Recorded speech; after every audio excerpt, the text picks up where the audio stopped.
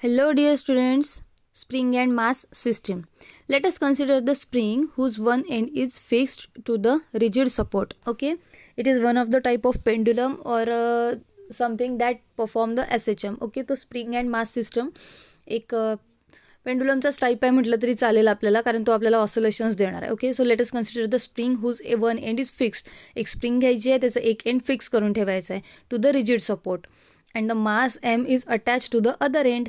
मास m जे आहे ते त्याच्या अदर एंडला अटॅच करायचं आहे. If the mass m is pulled down by the small distance x, जर आपण मास एम जे आहे ते खाली ओढलं स्मॉल डिस्टन्स एक्सने and released, then it perform oscillations as shown below. मग काय होतं, ते ऑसिलेशन्स परफॉर्म करायला लागतं.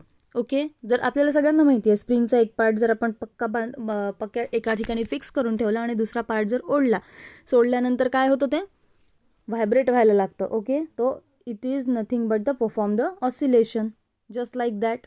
ओके, या डायग्रामवरून तुमच्या जास्त चांगल्याने लक्षात येईल. व्हर्टिकल पोझिशनमध्ये आहे आणि हा हॉरिझॉन्टल पोझिशनमध्ये आहे. रिजिड सपोर्टला त्याचा एक पार्ट आपण अटॅच करून ठेवला आहे आणि दुसरा जो आहे त्याला एम इतकं मास लावलेलं आहे. Okay, so if we consider the displaced position of a mass m, then the restoring force is developed within the spring. प्रत्येक याच्यामध्ये असंच होतं, जसं जेव्हा आपण त्याला डिस्प्लेस करतो त्याच्या मेन पोझिशनवरून, then the restoring force is developed within the string. त्याच्यामध्ये रिस्टोरिंग फोर्स तयार होतो in the string which tries to bring back the mass M to its equilibrium position. Okay, त्याच्यामुळे काय होतं, जे मास आहे त्याला त्या जो स्प्रिंग आहे तो त्या मासला त्याच्या इक्विलिब्रियम पोझिशनवर आणायचा प्रयत्न करतो. कशामुळे, रिस्टोरिंग फोर्समुळे. आता the restoring force F develop within the spring is given by F is equal to minus K x, equation number 1. Okay, so k is the constant. Force जो आहे आपला रिस्टोरिंग फोर्स तो कशाने देतात, मायनस के एक्सने देतात आणि के काय आहे, फोर्स कॉन्स्टंट आहे.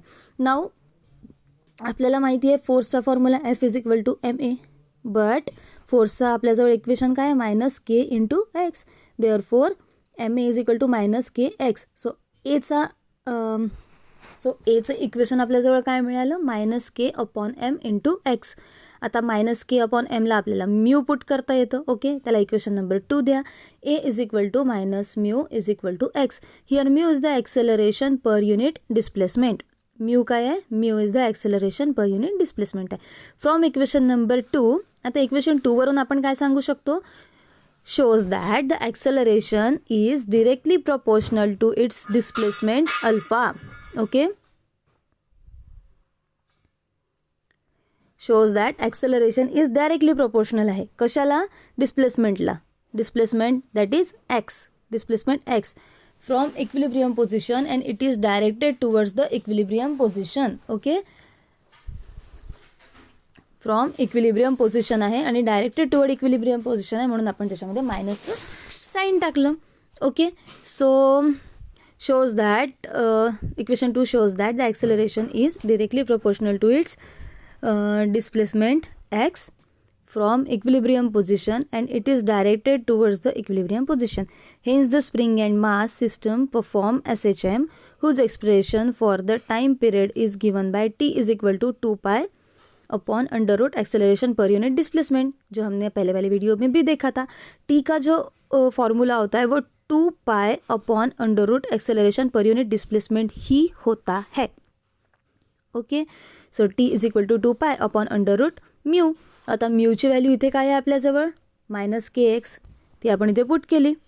Okay, so T is equal to 2 pi under root minus T is equal to 2 pi upon under root minus K upon M.